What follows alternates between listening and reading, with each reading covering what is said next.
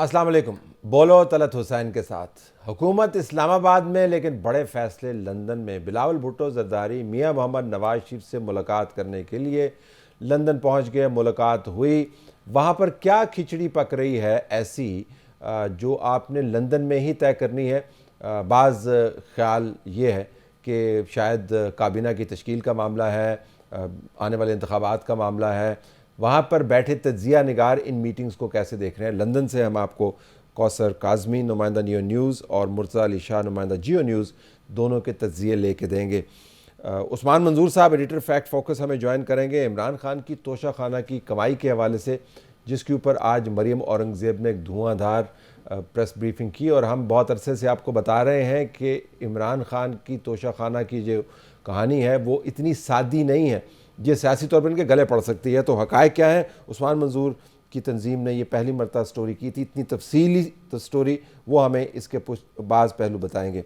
इमरान खान का जलसा लाहौर के अंदर, कहते हैं बहुत बड़ा जलसा है, उनको कोई जलसा छोटा नहीं होता, हमेशा बड़ा ही जलसा होता है। जवाद अहमद जो चेयरमैन बराबरी पार्टी पाकिस्तान है, इमरान खान के शदीद नकाद हैं, वो हमें बताएंगे कि वो क्यों इमरान खान से इतने चिड़े हुए हैं कि जब उनके गाने के ऊपर इमरान खान के तारीफ़ी मामलात तस्वीरें वगैरह लगाकर प्रमोट किया गया तो उन्होंने बड़ा सख्त किस्म का ट्वीट किया। वो हमें प्रोग्राम के आखिरी समय ज्वाइन करेंगे। Stay tuned for that. आइए आपको लंदन लिए चलते हैं, जहां से हमें मुर्तज़ा अली शाह ज्वाइन कर रहे हैं, नुमाइंदा जियो न्यूज़, और कौसर काज़मी नुमाइंदा नियो न्यूज़, दोनों लंदन में मौजूद हैं क्योंकि लंदन इस वक्त अहम जगह बन गया है तमाम अहम मामलात का। मुर्तज़ा, स्टार्टिंग विद यू, ये लंदन में होने मुलाकात क्यों ज़रूरी थी? क्या ऐसे मामलात हैं आपके ख्याल में जो यहाँ पर शहबाज शरीफ जो प्राइम मिनिस्टर हैं उनके ज़रिए तय नहीं हो पाने थे और बिलावल भुट्टो जरदारी और उनकी टीम लंदन में जाकर मुलाकात करनी पड़ी? जिसमें तलत साहब, मेरी जो पीपल्स पार्टी की जो लीडरशिप इस वक्त लंदन में मौजूद है उनसे बात हुई है। उनका ये कहना है कि ये इंप्रेशन गलत है कि वो ऐसे मामलात को सेटल करने के लिए आए जो शहबाज शरीफ सेटल नहीं कर पा रहे। तो उनका ये कहना है कि ये एक मीटिंग जो है ना मुख्तलिफ मामला तय करने से ज़्यादा एक सिम्बॉलिक मीटिंग है। पीपल्स पार्टी की लीडरशिप का ये कहना है कि वो इस मीटिंग के जरिए एक पैगाम देना चाहते हैं कि पीपल्स पार्टी का ये दावा है कि इतनी जमहूरी आ गई है और इस तरह की अब अंडरस्टैंडिंग पाकिस्तान की जो डेमोक्रेटिक लीडरशिप है उसमें वो आ चुकी है कि जो पिछले चंद सालों में जो हुआ उसको उससे जो पाकिस्तान का उनका दावा है कि उसको जो नुकसान हुआ उससे निकालने के लिए ज़रूरी है कि जो PMLN, पाकिस्तान पीपल्स पार्टी और जो दीगर जो जमहूरी कुव्वतें हैं वो एक लॉन्ग स्टैंडिंग अंडरस्टैंडिंग डेवलप करें कि जो जमहूरियत, जो कॉन्स्टिट्यूशनल सुप्रीमेसी है और जो वोट की जो सुप्रीमेसी है, उसके हवाले से एक मिनिमम जो मुख्तलिफ जो इशूज है तो उनके इसका ऊपर ताल्लुक, अगर जो मैं अपनी कहता अंडरस्टैंडिंग। इसका ताल्लुक जो जोड़ा जा रहा है कि काबीना के अंदर मिनिस्ट्रीज कौन सी लेनी है, ओथ किसने लेना है, गवर्नर किसका होगा, ये मामलात नहीं है। ये बुनियादी तौर पर आने वाले दिनों में, महीनों में, सालों में क्या करना है उस पर मबनी है। बिल्कुल तलत साहब, ऐसे ही है। चूंकि देखिए बहुत सारे मामला तो जो असल जो नो कॉन्फिडेंस जो वोट था उसकी जो पूरी मूवमेंट थी वो तो नवाज शरीफ लंदन में थे। पीपल्स पार्टी का कोई बंदा लंदन में मौजूद नहीं था। वो आसिफ अली जरदारी, नवाज शरीफ और दीगर लोगों ने टेलीफोन पे सारी बातें तय की। जो बाकी अब मामलात हैं, ये इसमें कोई ये हकीकत है कि पीपल्स पार्टी चाहती है कि गवर्नर पंजाब उनके हों और उसमें जो वो सेनेट के चेयरमैन के लिए भी उनकी वो ख्वाहिश है कि वो बने। इसके ऊपर दोनों साइड्स की वो बातचीत चल रही है। लेकिन आज की जो मीटिंग है उसमें सिर्फ डेफिनेटली ये वाले जो दोनों जो मामलात हैं ये सामने आएंगे। लेकिन इसके ऊपर ये कोई सिर्फ ये बात नहीं है कि वो इन मामलात को तय करने के लिए वो यहाँ पर आए। चूंकि आपको पता है जूम पर और स्काइप पर इस तरह की मीटिंग्स और व्हाट्सएप के ऊपर तो इनकी जो इस वक्त रेगुलर बातचीत तो पिछले कई अरसे से चल रही है।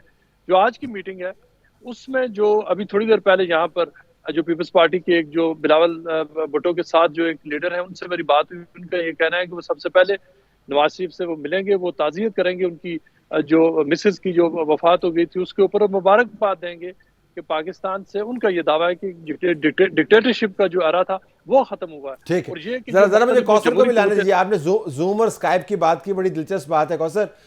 जूम और स्काइप की मीटिंग्स के बारे में हमेशा ये खदशा रहता है कि कहीं कोई सुन ना रहा हो, कोई देख ना रहा हो।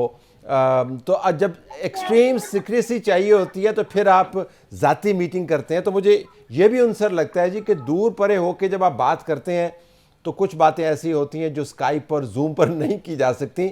आपको लगता है कि ये एलिमेंट भी है कि पर्सनली इंटरेक्ट करके कोई इंतहाई संजीदा मामला जो है वो भी टेकअप करें? देखें तलत साहब, ये जो अभी मीटिंग हुई है पीपल्स पार्टी की, बिलावल भुट्टो और साथ जो दीगर जो रहनुमा थे पीपीपी के, मियां नवाज शरीफ से कहा तो ये जा रहा था कि बिलावल भुट्टो और जो बाकी वफ्द था वो वाजिद शमस हसन की वफात पर उनकी फैमिली से ताज़ियत के लिए यहाँ पर आए। फिर उन्होंने गुजारिश की, यहाँ पे बाकायदा रब्ता किया मियां नवाज शरीफ से और ये मुलाकात तय हुई। लेकिन मामलात इतने सादा नहीं लग रहे। जिस तरह आज एक लंबी मीटिंग हुई यहाँ पे इन दोनों रहनुमाओं की, तो मुबारकबादें भी दी गई एक दूसरे को। जिस तरीके से एक सेटअप जो है वो तब्दील हुआ पाकिस्तान में, हमजा शहबाज के को लेकर भी बिलावल भुट्टो ने मुबारक दी। लेकिन जिस तरह आपने कहा कि व्हाट्सएप और जूम पर भी जो आम बातें वो तो हो जाती हैं, लेकिन डर जब खदशा होता है कि कोई बात बाहर ना निकले, इसी तरह इसी वजह से बिलमुशाफा मुलाकातें होती हैं। यकीनी तौर पर आज की मीटिंग जो थी तलत शाह जी, वो इंतहाई अहम मीटिंग थी इन दोनों रहनुमाओं की। जो बातें इनमें जो आने वाले जो हालात हैं, आइंदा इलेक्शन को लेकर भी जो हमारे ज़राए हैं वो ये बता रहे हैं कि जो सीट एडजस्टमेंट के हवाले से पीपी के साथ जो गुफ्तगू हुई है वो भी आज की मुलाकात का हिस्सा थी। गो के बिलावल भुट्टो के जो तर्जुमान हैं उन्होंने खुल के इस बात का इजहार किया था कि कोई एजेंडा नहीं है इस मीटिंग का, कोई प्री प्लान मीटिंग भी नहीं थी। वो आए यहाँ पर, ताज़ियत की वाजिद साहब के घर पे, क्योंकि गहरा ताल्लुक था पीपल्स पार्टी के साथ उनका, और जो बाकी पीपल्स पार्टी के रहनुमा हैं वो भी वाजिद साहब से उनकी। लेकिन अगर ऐसा मामला होता तो पूरा टब्बर तो वहाँ पे ना होता ना जी। ज़रा मुर्जा को भी इस पर लेके आते। मुर्जा साहब आगे अभी अभी जिक्र किया इंतखाबात का, सीट एडजस्टमेंट का, तो ये चीज़ ये भी इंडोर्स करती है कि जब तक पीपल्स पार्टी की तरफ से जरदारी साहब की मोहर न लगी हो और नून लीग की तरफ से नवाज शरीफ की मोहर न लगी हो, तो चाहे वो सीट एडजस्टमेंट हो, चाहे वो आर्मी चीफ की तैनाती का मामला हो, चाहे वो जल्द इंतखाबात करवाने का मामला हो, तब तक बात आगे बढ़ती नहीं है। बिल्कुल ऐसे ही है तलत साहब। और एक बहुत ही इंपॉर्टेंट बात मैं आपको ये बताता चलूं कि यहाँ पर जो नवाज शरीफ जब रोजाना दफ्तर में आते हैं तो उनके इर्द गिर्द रोजाना तकरीबन 20 से 25 लोग मौजूद होते हैं। और चूंकि छोटा दफ्तर है, लंदन में आपको पता है साइज कम होता है, लिहाजा वो जो तकरीबन 20-25 लोग थे उनमें से तकरीबन 20 लोगों को ये कहा गया था कि आज वो बेशक ऑफिस ना आए। आज की जो इस वक्त जो हम नवाज शरीफ साहब के दफ्तर के बाहर मौजूद हैं और दफ्तर के अंदर मौजूद है, नवाज शरीफ है, इसहाक डार है, नवाज शरीफ के दोनों बेटे हैं, मियां नासिर जंजवा हैं, और उनके स्टाफ के जो 2 असिस्टेंट्स है वो मौजूद हैं। इसके अलावा बाकी जो लोग होते हैं उनमें से आज किसी को भी दफ्तर में उनको कह दिया गया था कि आज छुट्टी है। लिहाजा ये मीटिंग इस हवाले से बहुत अहम है कि जिस किस्म की आज जो बातें हुई हैं, जो मामला तय उन्हें, और जो अंडरस्टैंडिंग चाहे वो जो डेवलप हो रही है, उसके हवाले से इस बात को जो सामने रखा गया कि जो बहुत सारे लोग जो हर वक्त मौजूद होते हैं उनको आज इस मीटिंग के लिए निकाला गया। और जो पीपल्स पार्टी के जो डेलीगेशन है, उन्होंने भी बताया कि जो मीटिंग है वो सिर्फ जो पाकिस्तान से पीपल्स पार्टी के 4-5 लोग आए हुए और लंदन में जो 4-5 लोग हैं सिर्फ उनके दरमियान होगी। उसके अलावा जो क्लोज डोर मीटिंग है उसके अलावा कोई भी बंदा मीटिंग में मौजूद नहीं होगा। अच्छा कौसर, मिफ्ता भी लंदन से होकर मुलाकात करके इसहाक डार को ब्रीफ करके वो अब अमेरिका की तरफ रवाना हो रहे हैं, तो इससे दोबारा यही इंडोर्स होती है ये चीज़ कि जो लंदन है इस वक्त वो मरकज़ बन चुका है तमाम अहम पॉलिसियों का और फैसलों का। मईशत जो है वो पाकिस्तान की सबसे अहम तरीन इस वक्त चैलेंज आपको नज़र आता है। तो इसहाक डार की और नवाज शरीफ को ओरिएंट करना कि हम क्या करने वाले IMF के साथ, वो भी बड़ा अहम है। देखिए जी, अभी जब मिफ्ता इस्माइल की मुलाकात हुई मियां नवाज शरीफ के साथ, जब वो बाहर निकले तो उन्होंने बड़ा खुल के कहा कि मैंने ब्रीफिंग दी इकॉनमी को लेकर मियां नवाज शरीफ को, जो मुल्क के मौजूदा हालात हैं उनके हवाले से। साथ उनका ये भी कहना था कि पल पल वो राब्ते में हैं इसहाक डार साहब से, क्योंकि फैक्ट्स एंड फिगर के हवाले से जो मालूमात उनके पास हैं वो किसी और के पास नहीं।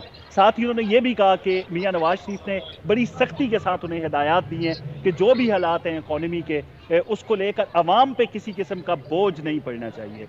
IMF के साथ मुआहदों के हवाले से भी उनका यही कहना था मुलाकात के बाद कि ऐसे मुआहदे किए जाएंगे कि अवाम पे उसका कम से कम बोझ पड़े।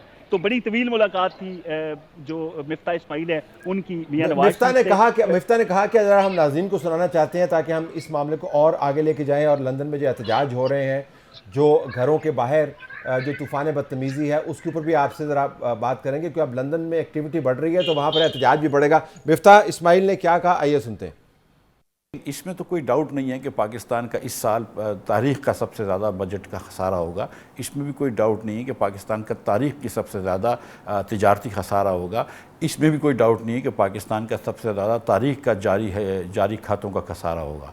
इसमें भी कोई डाउट नहीं है कि दुनिया के जो सबसे ज़्यादा महंगाई है वो अर्जेंटीना में है, नंबर 2 टर्की में है और मेजर इकोनॉमीज़ में नंबर 3 पाकिस्तान में। ये तो सब हकाइक की बातें हैं। आवाम रोज़ फील करती है वो महंगाई का चैलेंज है। महंगाई का एक बड़ा सीरियस चैलेंज है पाकिस्तान के अंदर। रोज़मर्रा की तमाम चीज़ें जो हैं अशिया खुर्दनोश वो रोज़ महंगी होती जा रही हैं और इसका कोई सद्देबाब नहीं है। और ना आपकी आमदन लोगों की बढ़ रही है, ना रोज़गार के नए मौके मिल रहे हैं। तो एक तो ये चैलेंज है। जो एक्सटर्नल फ्रंट पे देखा जाए तो पाकिस्तान को जो पैसों की रिक्वायरमेंट है इस साल, अगले साल, उसके बाद वाले साल, और जो करंट अकाउंट डेफिसिट चल रहा है 20-21 अरब डॉलर का, जो तजारती खसारा हमारा चल रहा है मेरे ख्याल से इस साल 45 अरब डॉलर का होगा, जो जारी खातों का जो खसारा है जो वो 21 बिलियन डॉलर्स का होगा। तो उसके लिए हमें बहुत ज़्यादा फ़ॉरेन करेंसी की ज़र मुबादला की ज़रूरत है। तीसरा मसला है कि बजट के बहुत बड़ा खसारा हो रहा है। जो हुकूमत के आमदन है वो और उस जो अखराजात हैं उसमें कोई वो नहीं रह गया। बहुत ज़्यादा अखराजात हैं और आमदन बहुत कम है। तो उसका एक वो खो गया है हमारा बैलेंस। तो ये मसला भी एक बहुत बड़ा है। और फिर आपकी एक्सपोर्ट जो है वो रिस्पॉन्ड नहीं कर रही है। जो जिस तरह इंपोर्ट बढ़ी है मिसाल के तौर पे 75% इस बार, 60% इस बार, तो एक्सपोर्ट आपकी 25% बढ़ी है और वो कीमतों की वजह से ज़्यादातर बढ़ी है। तो आपकी एक्सपोर्ट रिस्पॉन्ड नहीं कर रही। ये वो चैलेंजेस हैं जिनसे नबर्द आजमान होना है इस्लामाबाद में शहबाज शरीफ की हुकूमत ने। मुर्जा आपके पास आता हूँ, जो लंदन में फैसले होंगे उनका असर पड़ेगा पाकिस्तान की सियासत के ऊपर। मैं जो आपसे जानना चाह रहा हूँ वो ये कितनी बड़ी ट्रांसफॉर्मेशन आपको लगती है कि दो ऐसी शख्सियात, इसहाक डार और नवाज शरीफ, जिनके पासपोर्ट्स जो हैं वो जब्त कर लिए जाते हैं, जिनके ऊपर केसेस की भरमार की जाती है, जिनके घर के बाहर जो है वो तूफ़ान बदतमीज़ी जो आप कवर करते रहे हैं वो भी हम सब ने देखा, अब वो अहम तरीन फैसला साजी के मरकज़ी किरदार हैं। ये कितनी बड़ी ट्रांसफॉर्मेशन है? तलत साहब, बहुत बड़ी ट्रांसफॉर्मेशन है। लेकिन ये अगर आप ओबियसली जो लोग पाकिस्तान को जानते हैं, आप और बाकी सारे लोग, वो समझते हैं कि ये ट्रांसफॉर्मेशन बहुत बड़ी है, लेकिन ये अनप्रिडिक्टेबल नहीं है। आपको याद होगा एक ज़माना आज से तकरीबन 15-16 साल पहले लंदन में नवाज शरीफ भी होते थे और उस वक्त बेनज़ीर भुट्टो थी और उनके भी यहाँ पर डायलॉग हुए थे, उनकी मीटिंग हुई थी और जो चार्टर ऑफ डेमोक्रेसी उस वक्त साइन हुआ था 2006-2007 की बात है। और फिर एक बड़ा लंबा टाइम आया और बहुत बड़ा गैप आया। और तलत साहब, हमने देखा कि जिन मुजाहिरों की आपने पहले बात की थी, बहुत सारे मुजाहिरे स्पॉन्सर्ड थे। लोगों को पैसे उस वक्त दिए गए थे कि वो आके मुजाहिरे करें और तूफान बदतमीजी बर्पा करें। हम ऐसे लोगों को जानते हैं कि जिनको पाकिस्तान के मुख्तलिफ हल्कों ने किस तरह से उनको स्पॉन्सर किया उन मुजाहिरों पर। लेकिन फिर पूरी दुनिया कहती है कि पाकिस्तान की चाहे वो क्रिकेट टीम हो वो भी अनप्रिडिक्टेबल है, पाकिस्तान की जो सियासत है वो भी अनप्रिडिक्टेबल है। और फिर आपको याद होगा एक फेज आया जब हमने रिपोर्ट किया था, आपके साथ मिलकर रिपोर्ट किया था कि लंदन प्लान बना था 2014 में। लंदन प्लान भी पाकिस्तान में बना। उससे पहले जो चार्टर ऑफ डेमोक्रेसी था वो भी उसका भी लंदन से बड़ा गहरा कनेक्शन था। और फिर यूं लग रहा था कि शायद अब सारे मामला खत्म हो गए हैं और यह कहा जा रहा था कि नवाज शरीफ की और जरदारी की और इनकी सियासत दफन हो गई है। लेकिन पाकिस्तान जो अगेन जो इसकी प्रेडिक्टेबिलिटी जो नेचर है पाकिस्तान की, अब दोबारा एक नया लंदन प्लान है। जो सारे मामलात हैं वो अब लंदन से हो रहे हैं। और बहुत अरसे से, जब से जो पीडीएम बनी और जब से नवाज शरीफ लंदन में मौजूद है, पाकिस्तान मुस्लिम लीग की जो पूरी जो सियासत है, जो पूरा मुख्तलिफ जो बयानिए के जो मुख्तलिफ अदवार है, वो सारे लंदन से कंट्रोल हो रहे हैं। वो नवाज शरीफ की हदायत पर चलते हैं। इस वक्त जो पाकिस्तान की बड़ी जमात सिंध में हुकूमत है, उसके लीडर बिलावल भुट्टो यहाँ पर मौजूद हैं। वो ऑक्सफोर्ड से पढ़े हैं, लंदन में वो रहे हैं, उनकी वालदा लंदन में रही है, उनका खानदान के बहुत सारे लोग लंदन में रहते हैं और वो एक की डेवलपमेंट के हवाले से वो इस वक्त लंदन में मौजूद है।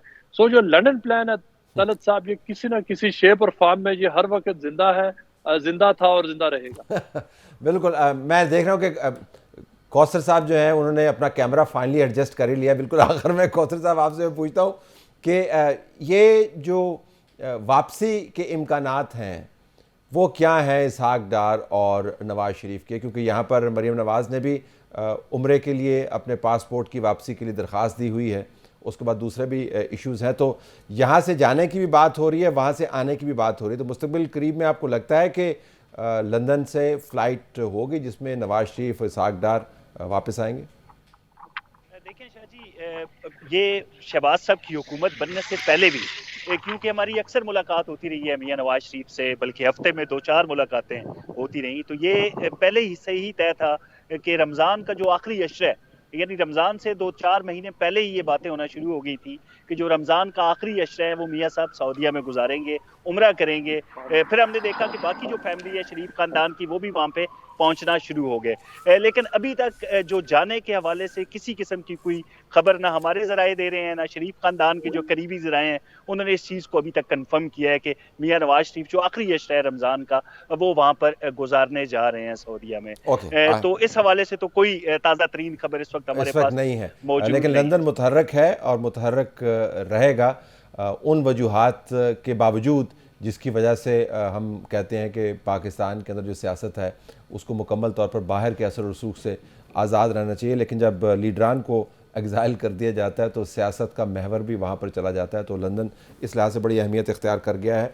आज मरियम औरंगज़ेब ने प्रेस कॉन्फ्रेंस की, इमरान खान के तोशाखाना से जो उन्होंने अपनी आमदन में इजाफ़ा किया उसको हाईलाइट किया। ये स्टोरी जो है जिन्होंने की वो हमारे साथ मौजूद होंगे और वो आपको बताएंगे कि उनके ख्याल के मुताबिक इसके हक़ाइक़ क्या हैं और इसकी अहमियत कितनी है जो हक़ाइक़ उन्होंने सामने रखे। Stay tuned for that.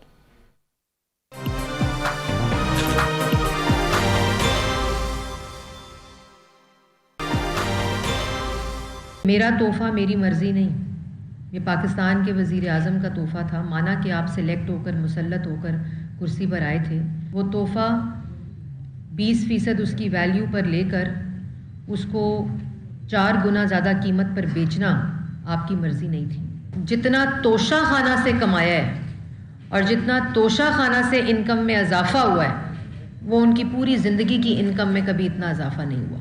उन्होंने तो वज़ीर आज़म की कुर्सी को कारोबार की कुर्सी बनाया हुआ था। तोशा खाना के अंदर पहले 2 महीने में जो इनकम इमरान खान साहब के कारोबार हुआ तोशा खाना के अंदर 85 मिलियन सिर्फ 2 महीने, और उसके बाद अगर आप सारे 4 साल के तोशा खाना के जो गिफ्ट्स 58 गिफ्ट्स जो रिटेन किए इमरान खान साहब ने उसकी इनकम लगाएंगे तो वो 142 मिलियन बनती है। उस्मान मंजूर साहब हमारे साथ मौजूद हैं, एडिटर है फैक्ट फोकस के, वो तंजीम जिसने पहले ये स्टोरी फाइल की जिसकी बुनियाद पर ये तमाम मामला सामने आया। तोशाखाना का इशू पहले से चल रहा था लेकिन उसको एदाद शुमार की ज़ुबान में पहली मरतबा इन्होंने बयान किया। उस्मान अस्सलाम वालेकुम। वालेकुम सलाम जी, बहुत शुक्रिया आपने हमें ज्वाइन किया। पहले तो मैं आपसे जानना चाहूँगा कि जो आपकी तहकीक है उसकी सबसे स्ट्राइकिंग चीज़ आपको क्या लगती है, क्योंकि ज़रा आपकी अपनी स्टोरी है, उसकी हर चीज़ आपको अच्छी लगती होगी, लेकिन जो सबसे अहम इंफॉर्मेशन आपके सामने आई या तजिया आपने किया सामने आया वो क्या है? बहुत शुक्रिया तलत। इसमें देखें स्ट्राइकिंग चीज़ बहुत दिनों से बात भी चल रही है कि तोशा खाना से चीज़ें सब लेके जाते हैं और कोई पॉलिसी होती है और इसमें कोई इलीगैलिटी नहीं है।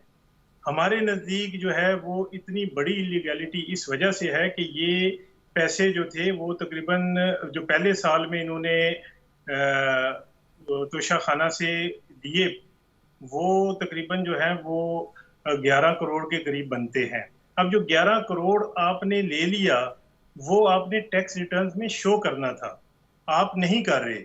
आप जो है वो 2019-20 में भी नहीं कर रहे, आप 2020-21 में भी नहीं कर रहे। और जब आपको पता है कि इस्लामाबाद हाई कोर्ट में केस हो गया है, पाकिस्तान इंफॉर्मेशन कमीशन ने आपके खिलाफ फैसला दे दिया है और अपोजिशन जो है वो तोशा खाना कर रही है, तो उस वक्त आप 2021 में जो टैक्स रिटर्न्स फाइल करते हैं उसमें भाग के जाके तोशा खाना की जो है वो कुछ आइटम्स की आप वैल्यू जो है वो डिक्लेयर कर रहे हैं। अच्छा, एक वजाहत कर दें, सॉरी एक वजाहत कर दें। आपने कहा कि 11 करोड़ की मालियत जो है वो इनके असासों में नजर आई, तो 11 करोड़ की मालियत से मुराद है कि उन्होंने वो तोशा खान, हाँ जी, क्या नजर आया? पैसे बेच दी? जी देखें, जो नजर आई है वो इन्होंने 1 करोड़ और 15 लाख के करीब जो है वो शो किया है 2021 में। हमारी खबर ये है और जो कि तोशा खाना का रिकॉर्ड बताता है कि इन्होंने 2018 में आते साथ ही 2 महीने में कम अज कम जो है वो 11 करोड़ के तहाइफ जो थे वो वसूल किए। उनमें से बाज जो थे उनको शायद आप डिक्लेयर ना कर रहे हो, लेकिन बाज बहुत वैल्यूएबल आइटम्स थे, वो आपका डिक्लेयर करना बहुत जरूरी होता है, आपका और आपकी बेगम का। अब इनकी बेगम जो थी वो तो अभी जाके टैक्स जो है वो हुकाम के पास रजिस्टर हो रही हैं 2021 के जून में जाके। तो वो उन्होंने तो खैर वो टैक्स के पास रजिस्टर्ड ही नहीं थी। और जो इमरान खान साहब हैं उन्होंने 2018, 19 और 20 में और 21 का कुछ हिस्सा जो था वो टैक्स हुकाम में ये चीजें डिक्लेयर नहीं की। उन्होंने डिक्लेयर नहीं की, तो ये हमारे नजदीक बड़ी स्ट्राइकिंग चीज है कि आप बाद में कैसे डिक्लेयर कर रहे हैं, आप पहले आपने अगर डिक्लेयर नहीं की तो। एक आपने ये भी बताया कि इमरान खान ने अपने कारोबार या पेशे से 2011 से ज़्यादा कमाई जो थी वो 20 मिलियन थी, जबकि वजारत उज़्मा के पहले 2 माह में उनकी कमाई 85 मिलियन थी, जो बाद में मज़ीद बढ़ गई। तो ये एक बड़ा ज़बरदस्त कंपैरिजन बनता है कि सारी ज़िंदगी जो उन्होंने कमाया वो एक तरफ, और जो उन्होंने पहले 2 माह में और बाद में तोशाखाना से जो बनाया असासे की सूरत में या उसको बेच के जो बनाया, वो उससे कहीं ज़्यादा। जी, वो इस वजह से हमें करना पड़ा कि हमारा कोई इरादा नहीं था ऐसा करने का। मैं आपको पहली बार टीवी पे मैं बता रहा हूँ, हमारा तो सिर्फ तोशा खाना वाली खबर थी कि ये आइटम्स थे और इनकी इतनी प्राइस जो थी वो इमरान खान दे के, और इनकी अपनी हुकूमत ने इनकी 14 करोड़ प्राइस रखी थी। इनके स्पोक्स पर्सन आए टीवी पे और उन्होंने हमने इदारा बनाया है factfocus.com के नाम से, और मेरे कोलीग है अहमद नूरानी साहब, वो भी माशाल्लाह बहुत जबरदस्त जो है वो इन्वेस्टिगेटिव जर्नलिस्ट हैं। तो उन्होंने ये बहुत सी चीजें पहले जो थी इस पे काम करके रखा हुआ था बहुत हवालों से। लेकिन ये जब हम पे ये इल्जाम लगा कि भाई ये सब तो डिक्लेयर्ड है, तो फिर हमने इमरान खान साहब के पिछले 41 साल के सारे रिकॉर्ड्स निकाले और उनको कंपेयर किया और उनको देखा कि इसमें कौन सी जगह पे जो इनके स्पोक्स पर्सन कह रहे हैं कि सब कुछ डिक्लेयर्ड है, तो क्या क्या कुछ डिक्लेयर्ड है। तो उससे हमारी ये असेसमेंट निकली, हमने एनालाइज किया और हम इस पे स्टैंड बाय करते हैं कि इन्होंने कभी भी किसी वेंचर से इतने पैसे नहीं कमाए जितने 2 महीने में इन्होंने तोशा खाना से कमाए अपनी सारी जिंदगी में। आपने life time tax returns Imran Khan के ना वो भी रिलीज़ किया 1981 से लेकर 2021 तक। तो ये डाटा भी बड़ा दिलचस्प रीडिंग बताता होगा इनके बारे में। देखिए तलत साहब, बाज़ चीजें जो है ना वो क्लैरिफाई होना बहुत जरूरी है कि जो टैक्स का डाटा है उससे हमें कोई सरोकार नहीं होता, अगर वो किसी कॉमन मैन का हो या नॉर्मल किसी बंदे का हो। अगर हमारे पास जो है वो बहुत से लोग बहुत सारे रिकॉर्ड लाते रहते हैं और हम उसको इतना ज्यादा वक़्त नहीं देते हैं। हम ये देखते हैं कि अगर कोई शख्स किसी हाई प्रोफाइल पोजीशन पे बैठा हुआ है तो तब हम उसका डाटा जो है टैक्स का डाटा वो उसको इस नजर से देखते हैं कि इसमें कोई ऐसी चीज तो नहीं है जो कि मफाद आमा के लिए जरूरी है लोगों को बताना। और अगर उसमें कोई ऐसी चीज निकल आए तो फिर हम टैक्स हुकाम से जो है उन चीजों की वो वेरिफिकेशन करवाते हैं, और उसके बाद जो है वो अगर वो बंदा हाई प्रोफाइल हो तो फिर ये हम आवाम के सामने लेके आते हैं। और ये जो डाटा हम लेके आए हैं, ये डाटा 2016 में भी अहमद नूरानी साहब ने अपनी एक खबर में काफी हद तक जो है इसमें से चीजें जो है वो द न्यूज में फाइल कर रखी हैं, वो छपी हुई हैं और रिकॉर्ड पे हैं। और हमने सिर्फ इस वजह से अभी उसको दोबारा एनालाइज किया कि ये हम पे ये इल्जाम लगा रहे थे कि सब चीजें तो डिक्लेयर्ड हैं, तो ये एक कैंपेन चलाई जा रही है। हमारे पास तो डाटा 2016 में भी मौजूद था। और उसके बाद अभी पिछले महीने शुमैसा रहमान जो है वो उन्होंने फैक्ट फोकस के लिए खबर की है इनकी फिरोजवाला फाइल्स के हवाले से, फिरोजवाला की इन्वेस्टिगेशन के हवाले से जो इनकी जमीनों का मसाइल है, उसमें भी उन्होंने तोशा खाना का वो वाला टैक्स रिटर्न्स का पेज जो है वो भी छापा हुआ है। तो ये हमारे पास मौजूद तो थे, हमने एनालाइज अब किया है और उसके नतीजे में यही चीज निकली है कि ये जब इन्होंने क्रिकेट खेली, काउंटी खेली, कमेंट्री करते रहे या कोई इन्वेस्टमेंट्स करते रहे, उसमें से कभी भी इनको इतना प्रॉफिट नहीं हुआ जितना इन्हें 2 महीने में प्राइम मिनिस्टर बनने के बाद तोशा खाना के तहाइफ से हुआ। और वो भी तहाइफ जाहिर बात है एक ही मुल्क से दिए गए थे, एक ही पर्सन की तरफ से जो मोहम्मद बिन सलमान साहब है उनकी तरफ से मिले थे। जो महंगे तरीन तहाइफ जो हैं आप उनकी बात कर रहे हैं। आपने भी बिल्कुल चलते चलते बताया कि जो इनकी बेगम है बुशरा, वो टैक्स फाइलर नहीं थी, उन्होंने आखिरी साल में आके अपने आप को टैक्स फाइलर के तौर पर रजिस्टर करवाया। जी, उन्होंने 2021 में आके रजिस्टर करवाया है और उसके आगे हमारे पास कोई अभी तक तो इतलात नहीं है कि उनने उसमें क्या डिक्लेयर किया है, क्योंकि वो उनका पर्सनल डाटा है। लेकिन ये मैं आपको बता दूं कि 2021 से पहले तक वो, हालांकि वो एक वेल ऑफ फैमिली से हैं, उनके हस्बैंड जो पहले हस्बैंड थे वो भी हुकूमत के मुलाजिम हैं और एक अच्छे खासे खाते पीते घराने से ताल्लुक रखती हैं और बड़ी दुनिया उनकी फैमिली को जानती है, लेकिन वो रजिस्टर नहीं हुई टैक्स के लिए कभी भी, वो 2021 में आती I have to leave it there Usman, बहुत शुक्रिया आपने हमें ज्वाइन किया।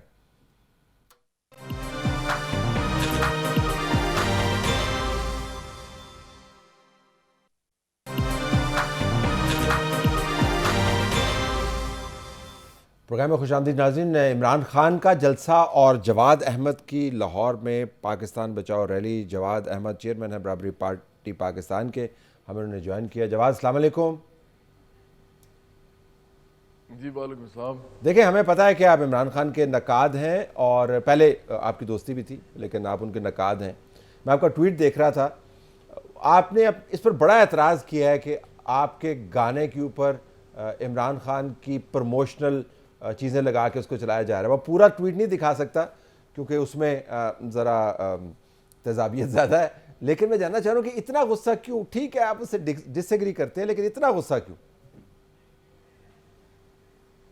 तलत साहब, इसलिए है क्योंकि मुझे लगता है कि अगर पाकिस्तान के अंदर 75 साल की तारीख देखी जाए तो पाकिस्तान में बड़े प्रॉब्लम्स रहे हैं, और ये भी बात ठीक है कि लोगों ने पैसे बनाए हैं और आम लोगों को कुछ नहीं मिला, लेकिन हकीकत पसंदाना सियासत करने की कोशिश की है लोगों ने।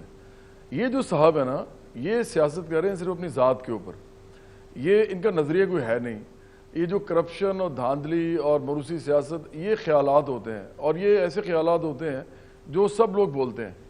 असल बात तो ये है कि इन्होंने कभी लोगों के इश्यूज़ पे सियासत की नहीं, ना इन्होंने पेंशन पे की, ना ओल्ड एज बेनिफिट्स पे की, ना इन्होंने मिनिमम वेज पे की, ना इन्होंने ओवर टाइम पे की, ना इन्होंने ये कहा कि ये जो लोग हैं ये इन्होंने आखिरकार अपने बच्चों के लिए कुछ करना है तो सेहत और तालीम तो कम से कम इनकी मुफ्त होनी चाहिए इस मुल्क के अंदर, या कम से कम बिल्कुल सस्ती होनी चाहिए।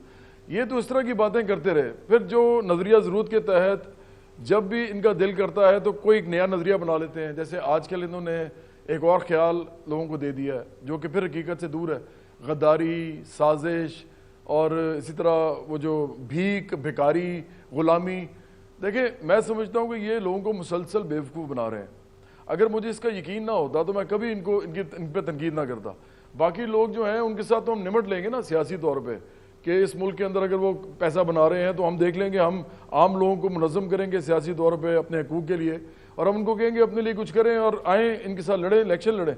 लेकिन ये जो साहब हैं ये तो लोगों को ले ही दूसरी तरफ जाते हैं। लेकिन जवाब लोग रिस्पॉन्ड भी तो कर रहे हैं ना, वो तो कहते हैं जी हमने बड़ी ज़बरदस्त रैलीज की, पेशावर में की, उससे पहले इस्लामाबाद में की, फिर कराची में की, फिर लाहौर का बड़ा जलसा हुआ। तो आप कह रहे हैं मुसलसल बेवकूफ़ बना रहे हैं, तो फिर लोग मुसलसल बेवकूफ़ क्यों बन रहे हैं? इसलिए कि कोई भी उनके साथ खड़ा नहीं हुआ ना आम लोगों के साथ। मुझे बताएं, बाकी पार्टीज जो हैं वो तो एक तो इन्होंने डिसक्रेडिट कर दी हैं, उनको इन्होंने मशहूर कर दिया है चोर डाकू। वो चोर डाकू है या नहीं है तो अदालतों ने फैसला करना है, लेकिन वो मशहूर हो गए, अब उनकी बात कोई सुनता नहीं है। अच्छा, लोग अभी इमरान खान से अलहदा हो रहे थे आहिस्ता आहिस्ता, क्योंकि महंगाई थी, गुर्बत थी, परेशानी थी। हुआ ये कि इन्होंने एक नया शोशा छोड़ दिया कि जी अमेरिका ने मुझे निकाला है, और ये इनको भी पता है कि इनको कहाँ से अमेरिका ने निकाला है। ये क्या करते हैं कि ये बहुत, मैं समझता हूँ, बददियानती करते हैं, बेईमानी करते हैं अपने साथ भी, कौम के साथ भी। अच्छा, वो क्यों लोग ऐसे हैं आपने मुझसे पूछा, इसलिए कि लोगों को तो पाकिस्तान में नौजवानों को ये भी नहीं पता कि लेफ्ट और राइट क्या होता है। आपको पता है इमरान खान ने क्या करना शुरू कर दिया एक ज़माने में, जिस बात में मुझे बहुत सख्त बुरा लगा कि ये क्या कर रहे हैं बातें। इन्होंने कहा राइट और लेफ्ट की सियासत ख़त्म हो गई है, राइट और रॉन्ग की सियासत है। अच्छा, राइट और रॉन्ग आपको भी पता है तलत साहब, जो भी थोड़ा सा अक्लमंद इंसान हो, कि राइट और रॉन्ग एक रिलेटिव टर्म्स हैं, और ये फिर ख्यालात हैं, ये हर एक के अपने अपने हो सकते हैं। असल जो राइट और लेफ्ट है वो तो उस वक्त तक रहेगा जो दुनिया रहेगी, क्योंकि लेफ्ट का मतलब ये है कि आम लोगों के हकूक़ की बात की जाए, उनकी सिक्योरिटी की बात की जाए, उनके तालीम सेहत की बात की जाए, उनके बच्चों के लिए जो खुशहाली की बात की जाए, और ये तो रहेगा जब तक दुनिया रहेगी, ये भी रहेगा। इन्होंने कहा नहीं, तो होता ही नहीं है, वो तो ख़त्म हो गया। वो कहाँ ख़त्म हो गया भाई, हर मुल्क के अंदर मौजूद है। इवन अगर अमेरिका में देखें तो एक तो डेमोक्रेट्स हैं वो लेफ्ट इंक्लाइंड, लेकिन हमने बहुत पढ़े लिखे लोगों को, जब आप बहुत पढ़े लिखे लोगों को आपने भी देखा होगा, वो लेफ्ट है, आपने देखा होगा बहुत पढ़े लिखे लोगों को जो अच्छे तालीम याफ्ता हैं, जिनके पास डिग्रीज हैं या उनकी ओरिएंटेशन ठीक है, समझ बूझ ज़ाहरन रखने वाले लोग हैं, हमने उनको भी इन तमाम मामलात को जिनकी तरफ आप वाज़ेह अंदाज से इशारा भी कर रहे हैं, उनको बयान भी कर रहे हैं, उनको बिल्कुल परे रखते हुए देखा है। उन्होंने कहा जी नहीं वो अपनी जगह पर है, लेकिन ये जी कि ये इमरान खान जो है वो बात ठीक कर रहा है। ये हमने उनकी पार्टी के वर्कर से, उनके करीबी लोगों से सुना है बहुत मरतबा। देखिए ज़ियाउल हक ने ना एक उस ज़माने में एक मंजन या चूरन बेचा था। वो था कि आप समझेंगे मजहबी कौमी रियासत उसको ये चाह रहे थे कि ये ज़रा लोगों के अंदर घुस जाए। वो काफ़ी हद तक कामयाब भी हुए। अच्छा, वो बहुत से लोग ऐसे हैं जो अभी तक उसके ऊपर बैठे हुए हैं। इमरान खान ने ये जो इस तरह के ख्यालात हैं ना, देखिए मज़हब अपना अपना होता है। इस मुल्क में बहुत सारी कौमियतें तो रहती हैं, मजहबी लोग भी बहुत डिफरेंट किस्म के रहते हैं। इवन इस्लाम के अंदर 4-5 मुख्तलिफ किस्म के बड़े ग्रुप्स हैं जो इस मुल्क के अंदर रहते हैं। उसके अलावा हिंदू हैं, सिख हैं, मसीही हैं, जो मेजर यहाँ पे ग्रुप्स हैं, मतलब 5% के करीब, या कुछ लोग 7 भी कहते हैं, इतने फीसद वो लोग रहते हैं यहाँ पे। इस मुल्क के अंदर जिस बात पे सियासत होनी चाहिए थी ना, वो उस तरफ नहीं, उसके ऊपर नहीं हुई। इन्होंने शुरू कर दी जज्बातियत। अब ये मजहब का चूरन बेचते हैं, जो कि मेरे लिए भी बहुत इंपॉर्टेंट है, आपके लिए भी है, लेकिन हम सियासत में नहीं लाना चाहते उसको, क्योंकि अगर ये लेके आए तो इधर बरेलवी, देवबंदी, अहले हदीस, शिया, इनकी सियासत भी आखिर का शुरू होगी। तो फिर आप तो डिवीजन की तरफ जा रहे हैं ना। आप मजहब के नाम पे लोगों को बांटेंगे, फिर आप कौमियत के नाम पे बांटेंगे। अब आजकल ये इमरान खान एक बात पे बांट रहे हैं कि जी ये बाकी लोग गद्दार हैं जो मेरे साथ नहीं है, तमाम पाकिस्तान की वो कौम जो वोट देती है दूसरे लोगों को, और जो मुझे वोट देते हैं वो सिर्फ जो पाकिस्तान के मुहब्बल वतन है। मैं ये समझता हूँ हम जलसा भी इसीलिए कर रहे हैं आज कि हम ये कहें कि हमारे लिए, पूरे पाकिस्तानियों के लिए एक बात समझ लेनी चाहिए उनको कि एक ही बात इंपॉर्टेंट है कि हमारे बच्चों के लिए हमने इस मुल्क में रहना है, और यहाँ पे अगर इत्तेहाद नहीं होगा, अमन नहीं होगा, सालमियत पाकिस्तान की नहीं होगी और इस्तेहकाम नहीं होगा, तो ये सियासत तो ये खेलते रहेंगे आपस में, मुल्क ख़त्म हो जाएगा। अगर आपने सियासत करनी है ना इमरान खान, तो आप जाके लोगों के अंदर सियासत करें ना। आप महल्लों में बनाएं लीडर्स। आपने जगीरदारों, सरमायादारों, माफियाज को साथ रख के आपने हुकूमत बनाई, तोशा खाना से आपने तहाइफ उसी तरह लिए जिस तरह बाकी लेते थे। आप में और बाकियों में क्या फ़र्क था? तो आपने कवानीन जो अमीरों के लिए थे वो तो वही रखे, गरीबों के लिए कोई कवानीन नहीं बनाए। इधर अमीर का कानून और है, गरीब का और है, और आप कहते थे नहीं जी ये तो ऐसे नहीं होना चाहिए, लेकिन आपने तोशा खाना में हाथ साफ कर दिए। उसके अलावा आपके साथ जितने लोग हैं उन्होंने पैसे बनाए। वो मैं चोर डाकू नहीं कहता, मैं पैसे बनाने की बात करता हूँ।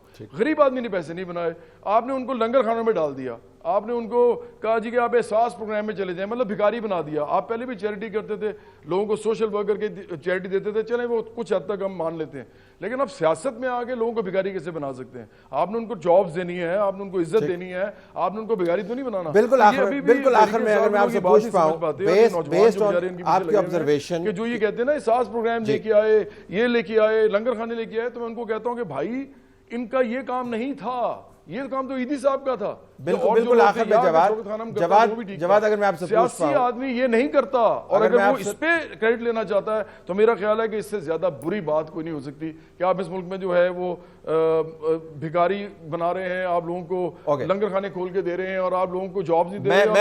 मैं आपसे पूछना चाह रहा था एक और सवाल, लेकिन अनफॉर्चुनेटली खत्म हो गया, वक्त अनफॉर्चुनेटली खत्म हो गया। मैं आपसे पूछना चाहता था प्रॉब्ली इन अनदर प्रोग्राम, लेकिन बहुत शुक्रिया आपने हमें ज्वाइन किया। नाज़रीन, हमारी तरफ से यही कुछ इजाज़त चाहते हैं। अल्लाह हाफ़िज़।